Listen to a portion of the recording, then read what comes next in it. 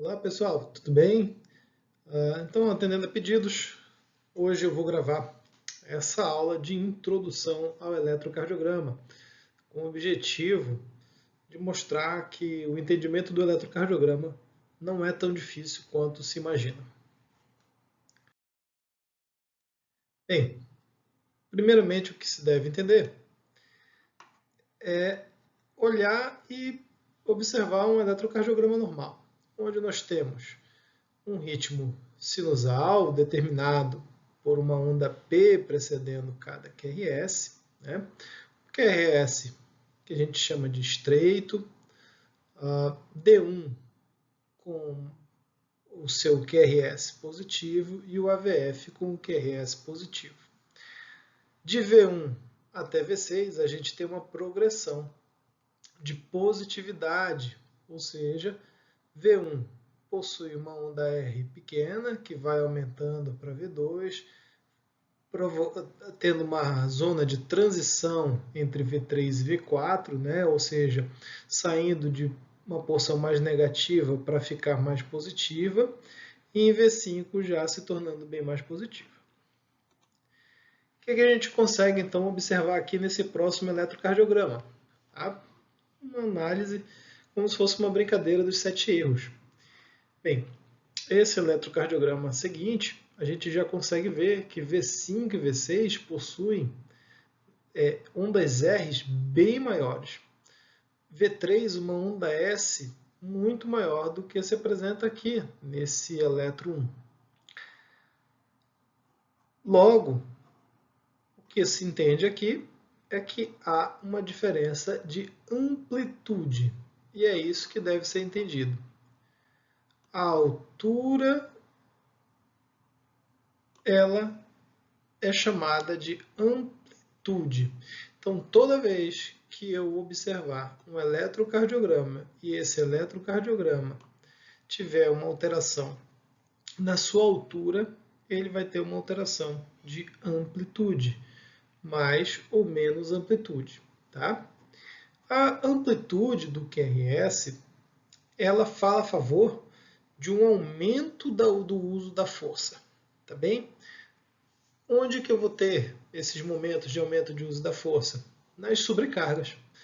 Logo, as sobrecargas ventriculares, elas tendem a gerar eletrocardiogramas com aumento das suas amplitudes, tá bem? Diferentemente do que a gente observa aqui, por exemplo. Neste eletrocardiograma, a primeira alteração que a gente consegue observar é uma alteração da largura do QRS em relação ao primeiro eletrocardiograma. O número de quadradinhos aqui é bem maior do que em D1, por exemplo. V1 e V2 também são QRS estranhos, QRS largos. Olha V6 aqui, um QRS largo em relação a esse mais estreitinho, tá bom? Se eu observar o QRS e V6, ele é quase uma linha, tá bem? Enquanto que aqui, esse QRS, ele já tem uma largura, bem como quando a gente observa a apresentação desse QRS em D1, tá?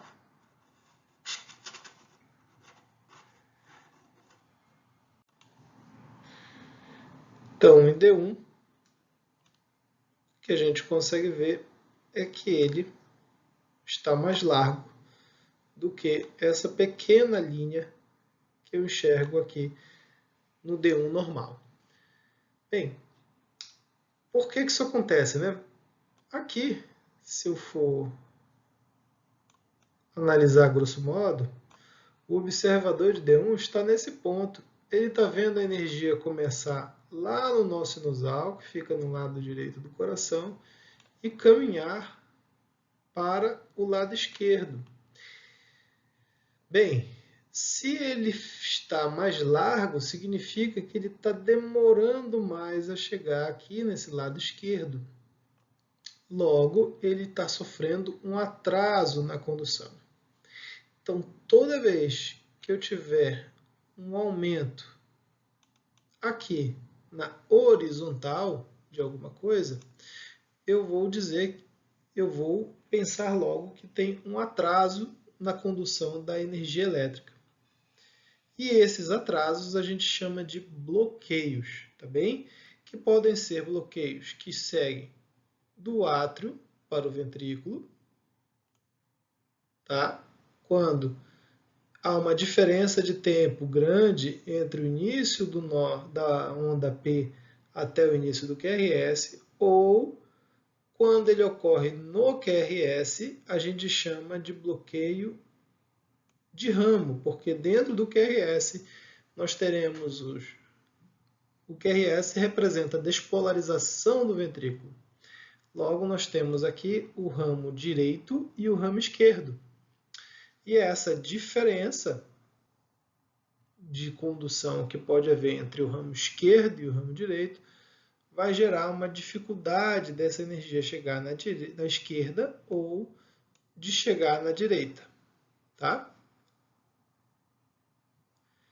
Alguém pode perguntar, mas e aí, aqui também eu não posso ver uma sobrecarga? Alguns autores falam que a gente pode tentar avaliar a sobrecarga nos bloqueios de ramo, tá bem? Particularmente, eu não aconselho que um estudante iniciante procure fazer essa avaliação. É igual toda vez que a gente observa um bloqueio de ramo, seja ele qual for, o segmento ST ele vai ter a polaridade inversa da polaridade do QRS. Então, esse QRS aqui, por exemplo, ele está para baixo, ele é negativo.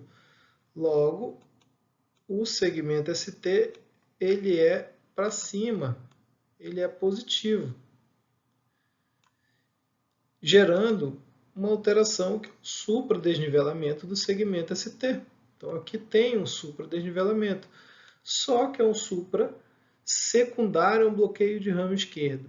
Isso aqui confunde muito nas urgências, tá bem? Já vi médico aí experiente confundir isso aqui com infarto, tá bom? Existem sim critérios que nos ajudam a diagnosticar infarto com supra no bloqueio de ramo esquerdo, os critérios de Scarbosa, por exemplo, mas não é o caso aqui, tá bom?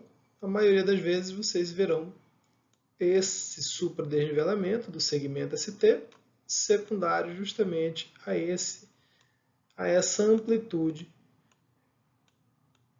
negativa que o bloqueio de ramo apresenta. Se vocês observarem bem, aqui eu tenho V1 e V2 negativos, que é uma característica do bloqueio de ramo esquerdo, ter V1 e V2 negativos, tá bem? Eu vou explicar melhor isso aqui daqui a pouco.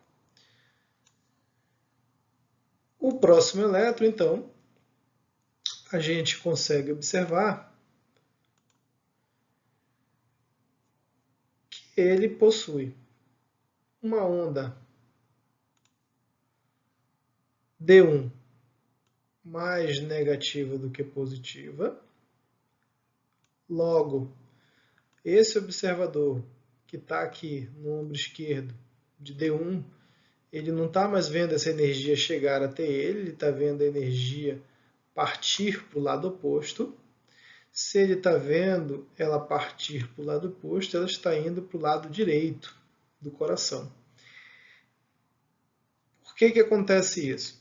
Entenda uma coisa, o coração ele é um sobrevivente e ele quer seguir a sua atividade. Logo, a energia vai acabar desviando aqui para o lado direito. O que acontece também, por exemplo, se você vem dirigindo um carro e de repente o pneu da direita fura. O pneu dianteiro direito furar, o carro começa a puxar para a direita. Por que isso acontece? Porque o lado mais lento tende a puxar todo o outro movimento. Aqui não é diferente. O lado mais lento, por ser o lado direito, ele está puxando o eixo elétrico para a direita, transformando o D1 em negativo. Tá? Então, uma das características do desvio de eixo para a direita é justamente o D1 negativo. Tá? E o que é que isso vai significar? Bem, um eixo desviado para a esquerda vai me dizer que o problema do coração está ocorrendo lá na esquerda, e um eixo desviado para a direita me diz que o problema está ocorrendo na direita. É a história do pneu furado. Um pneu furado à esquerda desvia o carro para a esquerda, um pneu furado para a direita desvia o carro para a direita.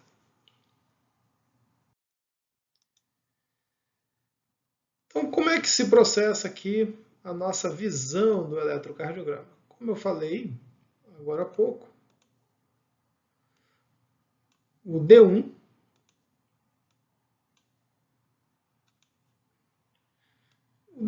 ele se localiza nessa região, tá? Do ombro direito para o ombro esquerdo. O observador de D1 está aqui no ombro esquerdo. Se a energia elétrica começa no nó sinusal, mais ou menos aqui, ela vai mandar uma atividade elétrica vindo para o átrio esquerdo, uma outra atividade elétrica descendo pela parede do átrio direito e uma outra vindo pelo septo interatrial, que vão se unir no nó atrioventricular, num feixe de His, e se distribuir pelas fibras de Purkinje direita e fibra de Purkinje esquerda.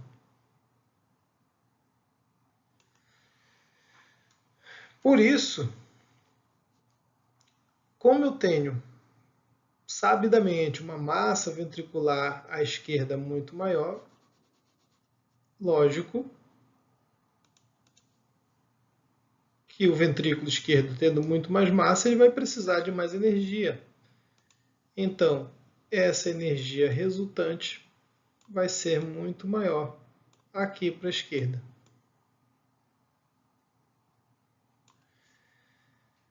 Se eu avaliar como um observador, a energia está vindo da direita para a esquerda e uma outra parte da energia está vindo de cima para baixo. Logo, o eixo normal ele tem que chegar em D1 e D1 então se torna positivo, enquanto aqui embaixo eu tenho a VF, que também está recebendo essa energia se tornando positivo. Logo, num eixo cardíaco normal, eu tenderei a ter e a enxergar o D1 mais positivo e o AVF também mais positivo. Tá?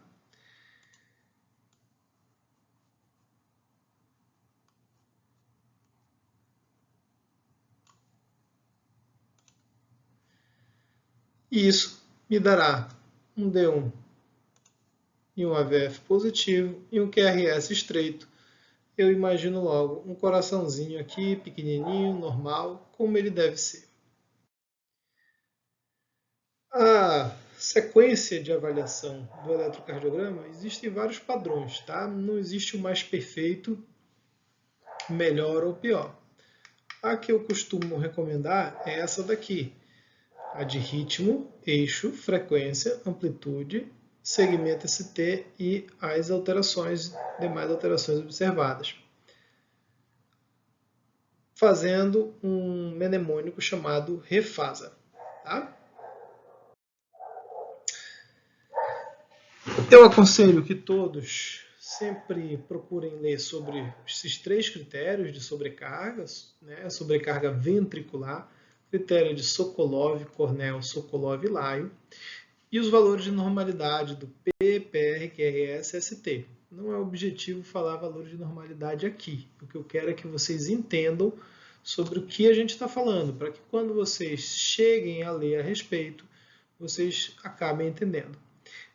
Esses valores a gente acaba podendo fazer um aprofundamento quando falar do não normal, né, do anormal, das patologias, e aí já é uma situação mais avançada do estudo do eletrocardiograma que eu pretendo fazer realmente com o curso de verdade, tá? Aqui é só uma pequena introdução para que se entenda uma pequena base de como o eletrocardiograma pode ser de fácil entendimento. Bem, o eletrocardiograma 2 que a gente viu tinha amplitudes aumentadas. Isso pode se dever a um coração sobrecarregado, a um coração que esteja hipertrófico, ou seja, mais musculoso. Digamos que esse paciente não faça controle da sua pressão de forma adequada e esse coração vai ficando muito mais musculoso que o normal ou se esforçando muito mais que o normal, tá bem? Gerando esse padrão que a gente chama de padrão de sobrecarga. Lembrando que a gente não consegue ver hipertrofia no eletrocardiograma, tá bem? A gente pode suspeitar que há uma hipertrofia, ou seja, que é um aumento da musculatura. Mas eu posso ter certeza que um eletrocardiograma igual a esse, o coração que está gerando isso aqui está gerando uma força além do normal. É como se eu estivesse usando uma máquina para fazer força além do que ela foi preparada para fazer. Eu estou forçando essa máquina. Logo, a chance dessa máquina dar problema é muito alta. Tá bom? Uma das características da sobrecarga de longa data é essa inversão de onda T aqui. Tá bom? Por quê? Se eu estou forçando mais, imagina o seguinte, você enche o tanque do seu carro e você resolve andar no seu carro só você, tá? Perfeito, tá ótimo. Esse tanque vai durar com a gasolina que está custando hoje e consumindo hoje uma semana. Ok. Mas, de repente, você agora vai dar carona para toda a família. E essa família está um pouquinho acima do peso. Logo, o seu carro vai começar a carregar 7 vezes mais que o peso normal, 10 vezes mais que o peso que estava carregando. Ele vai ter que gastar mais combustível para fazer o mesmo percurso. Então, um tanque de gasolina já não vai mais durar uma semana. Esse tanque de gasolina vai passar a durar alguns dias por conta do aumento da sobrecarga, por conta do aumento do peso. Logo, vai gerar o que a gente chama aqui no eletrocardiograma do padrão extremo, porque isso aqui é um aumento de consumo de energia, consumo de oxigênio. Essa parede do miocárdio está sofrendo por conta disso, por conta dessa isquemia relativa. Um dia desse, um paciente apareceu numa urgência e o colega entrou em contato dizendo que o paciente estava infartando porque tinha esse padrão de eletrocardiograma, dizendo que a alteração de onda T era igual a infarto do miocárdio. Não, tá, pessoal? Inversão de onda T pode ser infarto, pode ser isquemia crônica, padrão de estresse, tem muita coisa que pode gerar isso aqui. Mas, como eu falei, essas patologias ficam para o curso de patologia, tá? Um pouco mais avançado. Então, como eu havia dito, né, um coração hipertrófico, um coração mais musculoso, vai tender a gerar um eletrocardiograma de sobrecarga. Mas não necessariamente eu possa ter um coração musculoso para ter sobrecarga. Tá? O que eu quero que vocês entendam é o eletro com sinais de sobrecarga, com amplitude aumentada, vai me dizer que esse coração está trabalhando mais do que deveria, tá bem? Ele está fazendo mais esforço do que deveria, logo ele vai ter um risco mais aumentado de ter problemas cardíacos. Aqui eu posso utilizar, como eu falei lá, 3 critérios, né? Um dos critérios é o critério de Sokolov, onde a gente usa o R de AVL para verificar se há ou não sobrecarga. E vejam só, por que surge essa questão do R de AVL? Tá? O AVL ele começa mais ou menos aqui e passa para cá, bem em cima do ventrículo.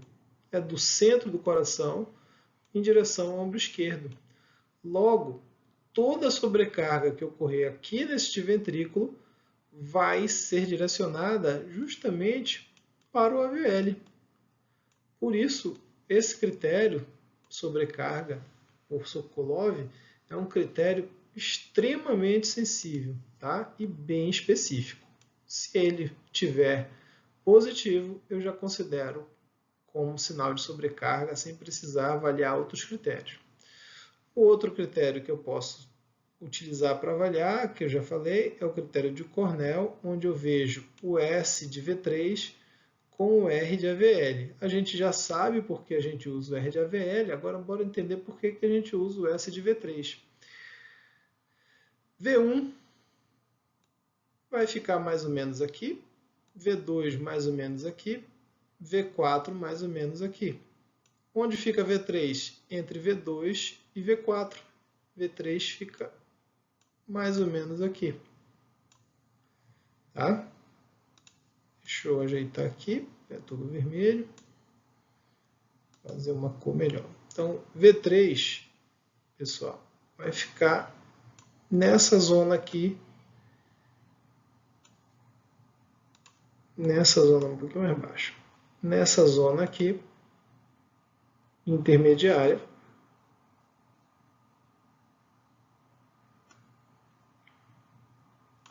Essa zona intermediária. Logo, V3, como a gente já viu, ele faz uma zona de transição. Ele faz um positivo e faz um negativo.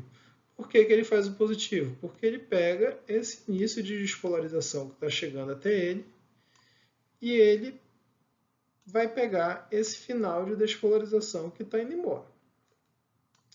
Com o aumento da sobrecarga no ventrículo esquerdo, a despolarização vai puxar muito mais aqui para o lado esquerdo, transformando o V3.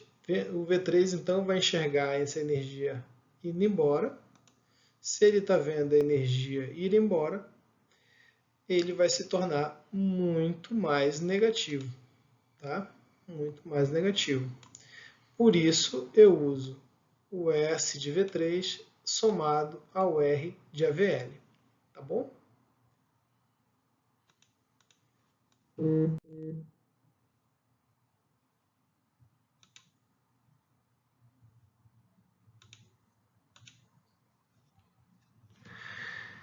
Bem, e aqui, né? Eu tenho um coração que está aumentado de tamanho. É visível que o coração está aumentado de tamanho, né? Está bem largo aqui, né? Diferente daquele coração anterior. É um coração bem aumentado. Aí eu pergunto o seguinte, né? Vamos raciocinar. Vocês acham que a energia elétrica que passa aqui pelo feixe de His vai demorar mais ou menos tempo para fazer todo esse contorno aqui? Você demora mais tempo para chegar até, para você ir de Belém até São Paulo, ou você demora mais tempo para ir de Belém até Dubai?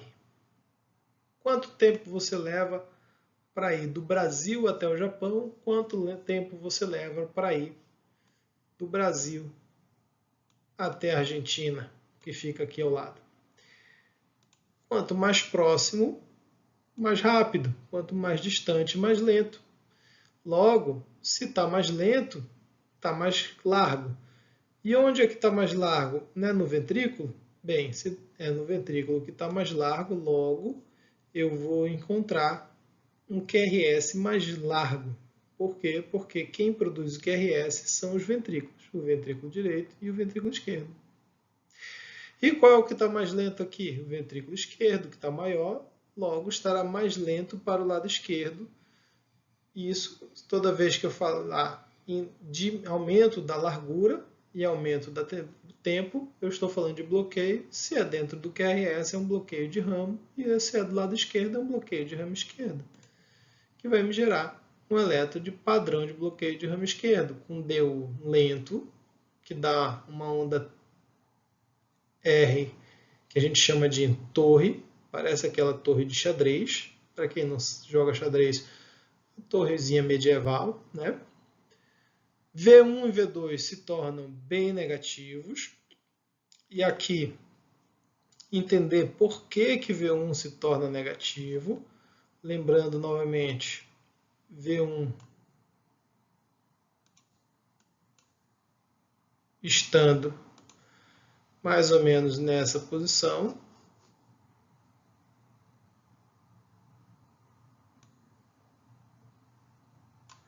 V2 mais ou menos nessa posição, eles estão vendo essa energia elétrica ser atraída para o ventrículo esquerdo.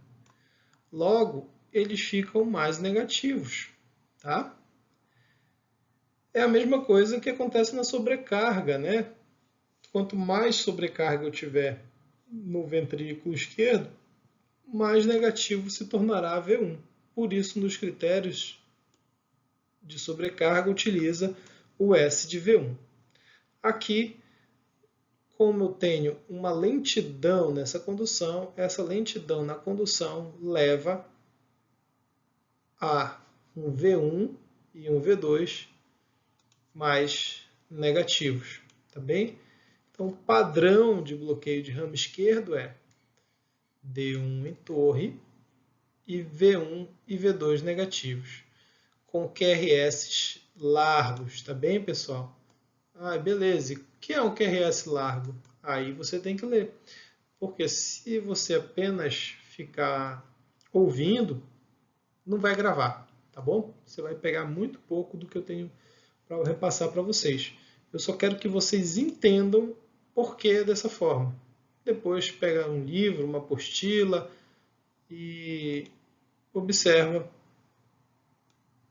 quais são os critérios. Eu tenho V1 positivo, e lembrando que o segmento ST tem uma polaridade inversa ao do QRS, enquanto o QRS é negativo, o V1, o segmento ST se torna positivo.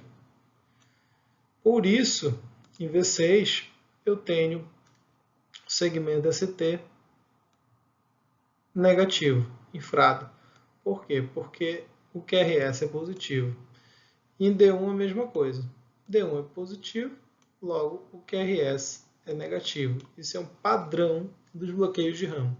Nos bloqueios de ramo, a polaridade do segmento ST são inversas ao do QRS, tá?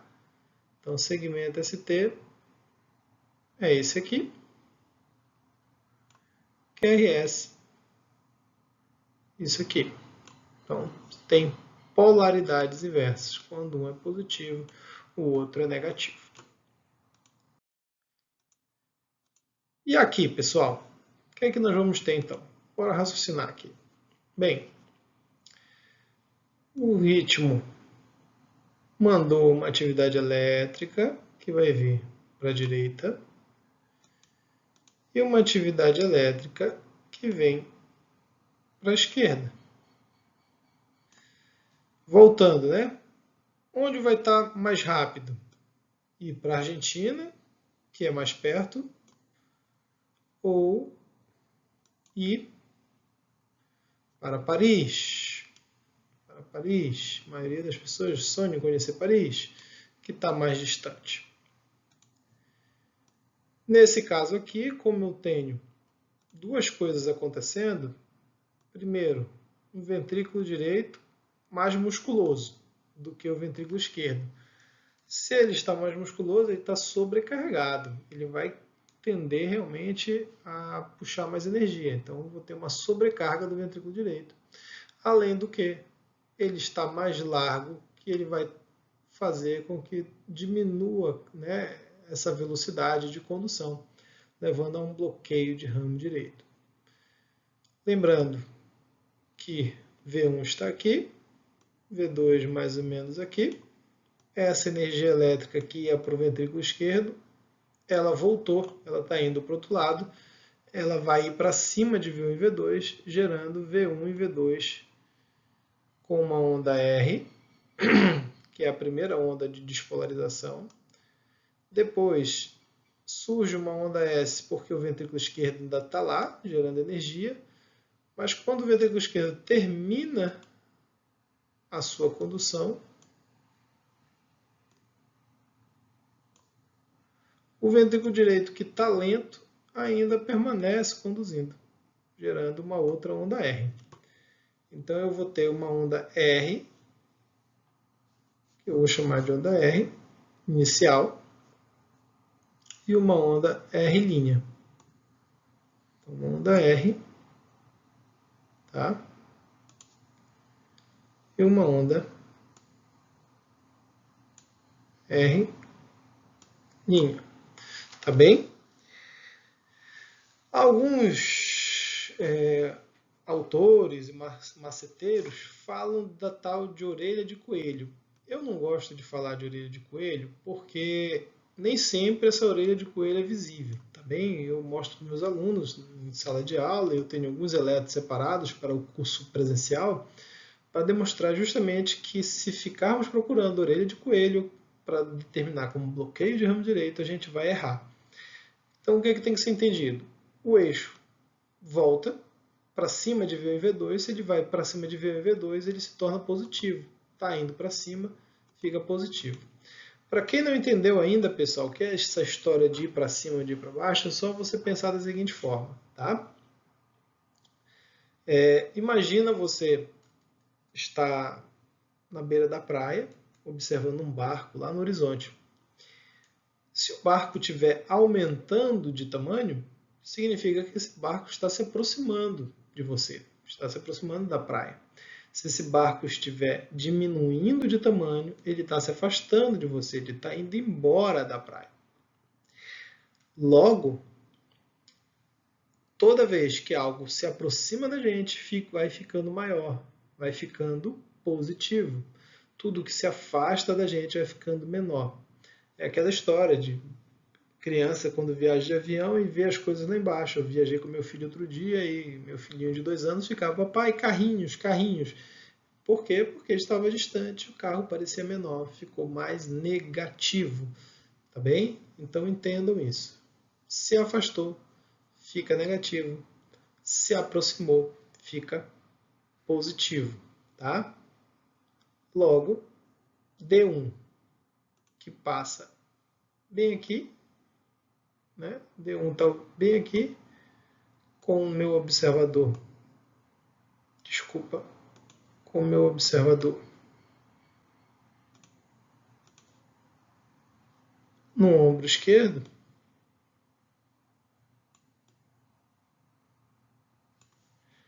Ele vai ver, nesse caso aqui, a energia elétrica se direcionando mais para o ventrículo esquerdo. Então, D1 vai se tornar mais negativo. Tá bom? Então, é exatamente isso que ocorre quando a gente observa então, esse eletrocardiograma. Com D1 negativo, se afastando do meu observador D1, e V1 e V2 positivos. Vejam só o que eu tinha acabado de falar. V1 não tem orelha de coelho. Se vocês me apresentarem um coelho com uma orelha dessa aqui, eu até mudo a minha aula, tá? Mas eu nunca vi um coelho com essas características aqui, tá, pessoal? Porque não sou um especialista em coelho, não, mas o que eu sei é que V1 e e V2 são positivos. E, diferentemente do que a gente viu até agora, V6 é negativo. Olha, V6 tem uma porção positiva pequenininha e uma porção negativa muito maior. Por quê? Onde é que está V6? V6 está bem aqui, pessoal. Bem aqui.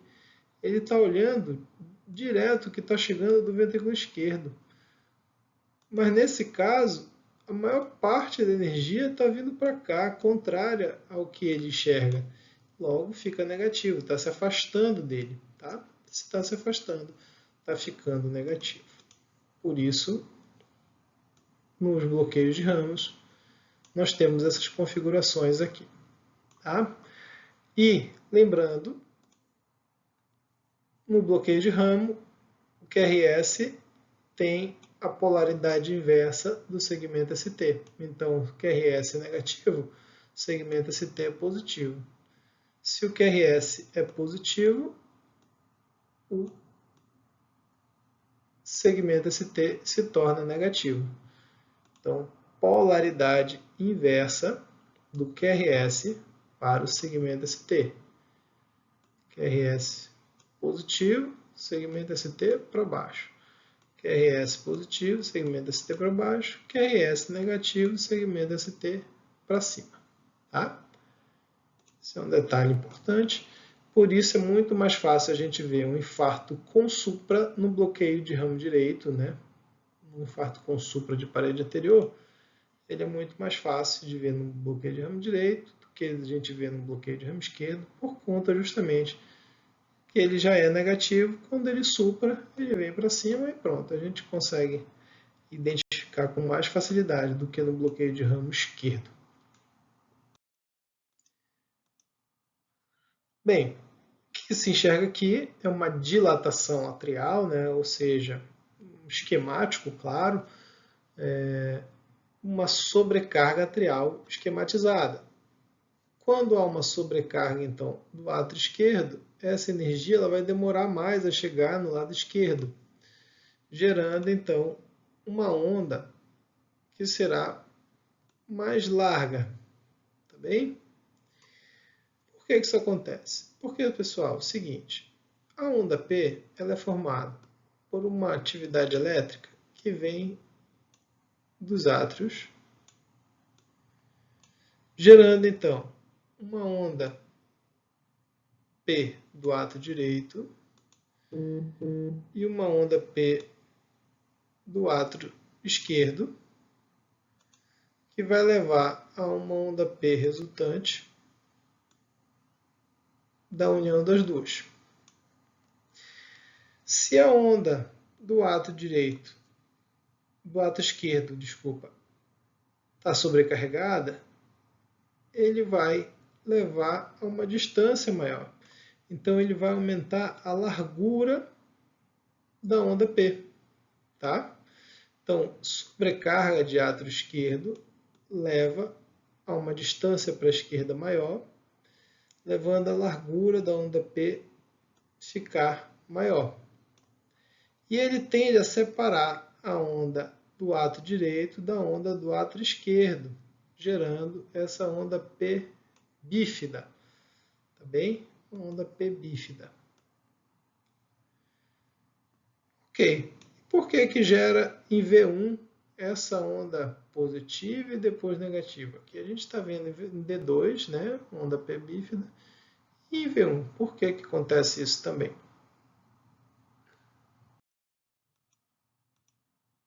Vamos lá.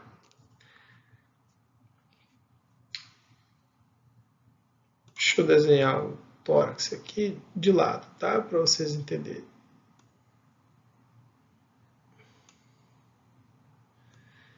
Então, vamos imaginar aqui que o coração está aqui dentro da caixa torácica, onde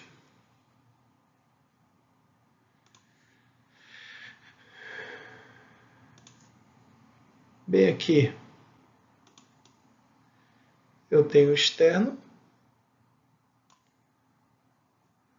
logo aqui eu tenho as cavidades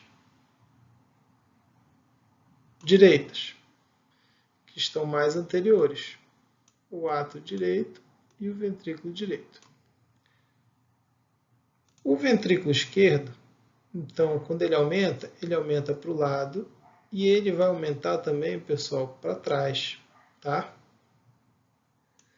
Só que V1 e V2 estão bem aqui. Então, V1 está bem aqui, ó.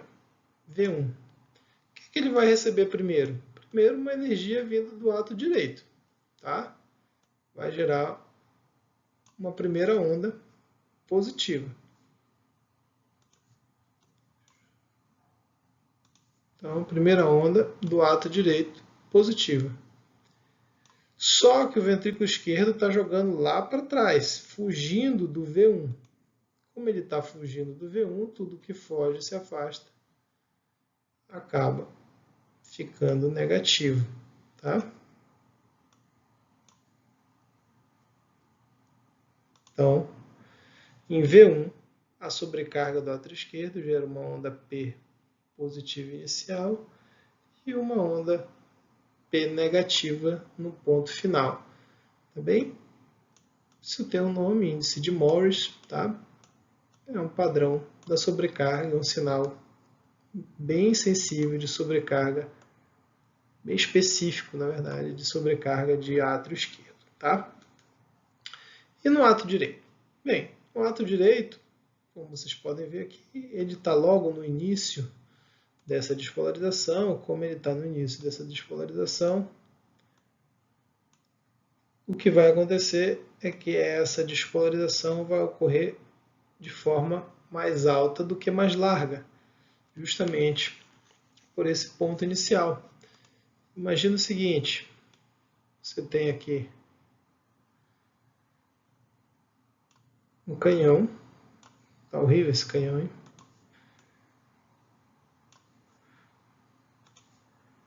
Vou botar assim, eu tenho aqui um estilingue,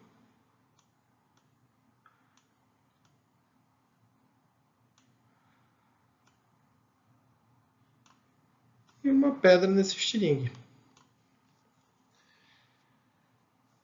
Física pura. Quando eu atiro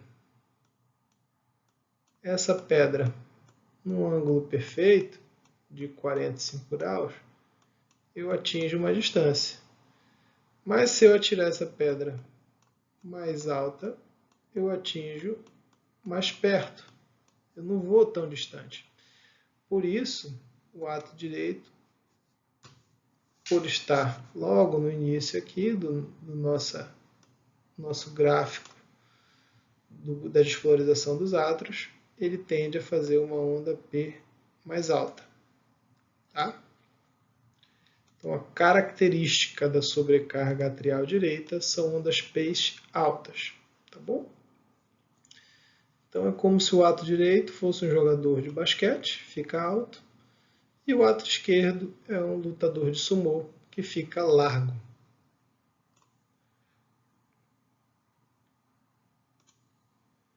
Eu vejo aqui ondas P altas, tá? Isso tudo aqui a gente trabalha no curso de forma muito mais enfática, com eletros mostrando várias alterações, né? Várias alterações e fazendo a compatibilidade com casos clínicos. Isso aí é muito importante, porque primeiro tem que ter um entendimento básico, uma noção básica, e depois, sim, a gente consegue trabalhar muito, muito bem esses quadros. Bem, para finalizar, então, falar rapidamente aqui sobre anatomia, eu tenho no coração uma coronária que desce pela região anterior do coração, chamada de descendente anterior, uma outra que circunda o coração, chamada circunflexa, dando origem a uns ramos que vêm pela margem do coração, chamados de marginais, e uma coronária que vem pelo lado direito do coração, chamada de descendente de coronária direita. Poxa, no eletro, D2 está passando bem aqui, a AVF está olhando isso aqui, e D3 está passando bem aqui. Logo, D2, D3 AVF vão olhar essa região aqui. Tá? Enquanto que eu tenho, como eu já falei exaustivamente, V1, V2, V3, V4, V5 e V6. V5 e V6 olhando essa parede lateral e de V1 a V2 acompanhando, principalmente de V2 a V4, acompanhando a descendente anterior. Tá? Nessa disposição que eu coloco os eletrodos, eu consigo então entender que a parede inferior vai estar representada inicialmente por D2, D3 e VF, V2, V3 e V4 enxergando essa parede anterior, e a circunflexa com suas marginais sendo enxergadas por V5 e V6.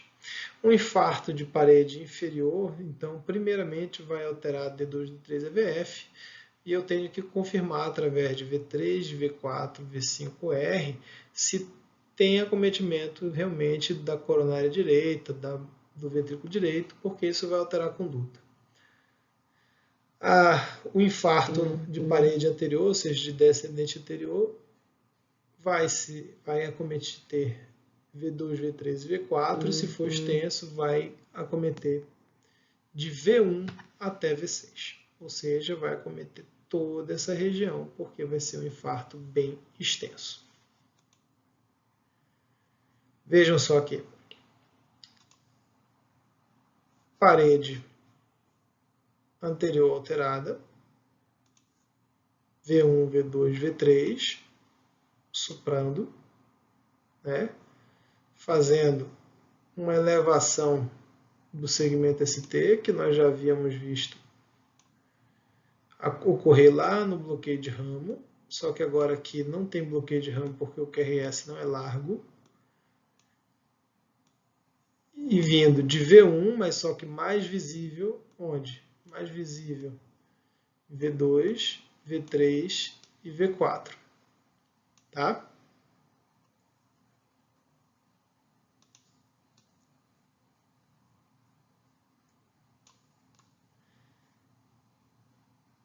O que acontece em V3, em D2, D3 e VF é o contrário.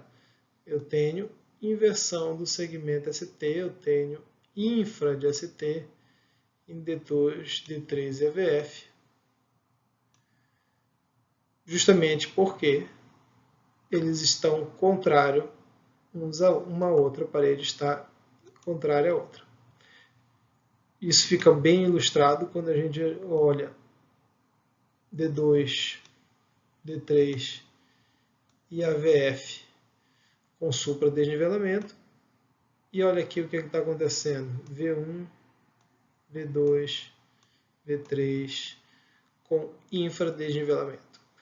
Para eu confirmar que isso aqui realmente é um infarto de ventrículo direito, eu tenho que fazer V3R, V4R, enquanto que pode ser que a circunflexa, vejam que a circunflexa, como eu falei, ela circunda o coração, ela pode também acometer um pouquinho lá do lado direito, gerando aqui um supra de V5 e V6. Então, esse pode ser um infarto tanto de coronária circunflexa quanto de coronária direita. Existe uma diferença de tratamento quando o acometimento é do ventrículo direito, né? Quando é de coronária direita. Ok, pessoal? Então essa é a revisão que eu havia prometido a respeito do eletrocardiograma. Espero que tenha ficado satisfeito. Foi um pouquinho longa, né? 49 minutos. Vai ficar disponível aqui no YouTube. Eu prometo que não vou apagar.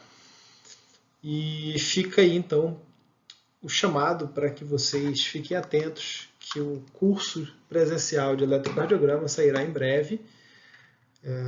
Também pretendo montar um curso online organizadinho, mais destrinchado, tá bem?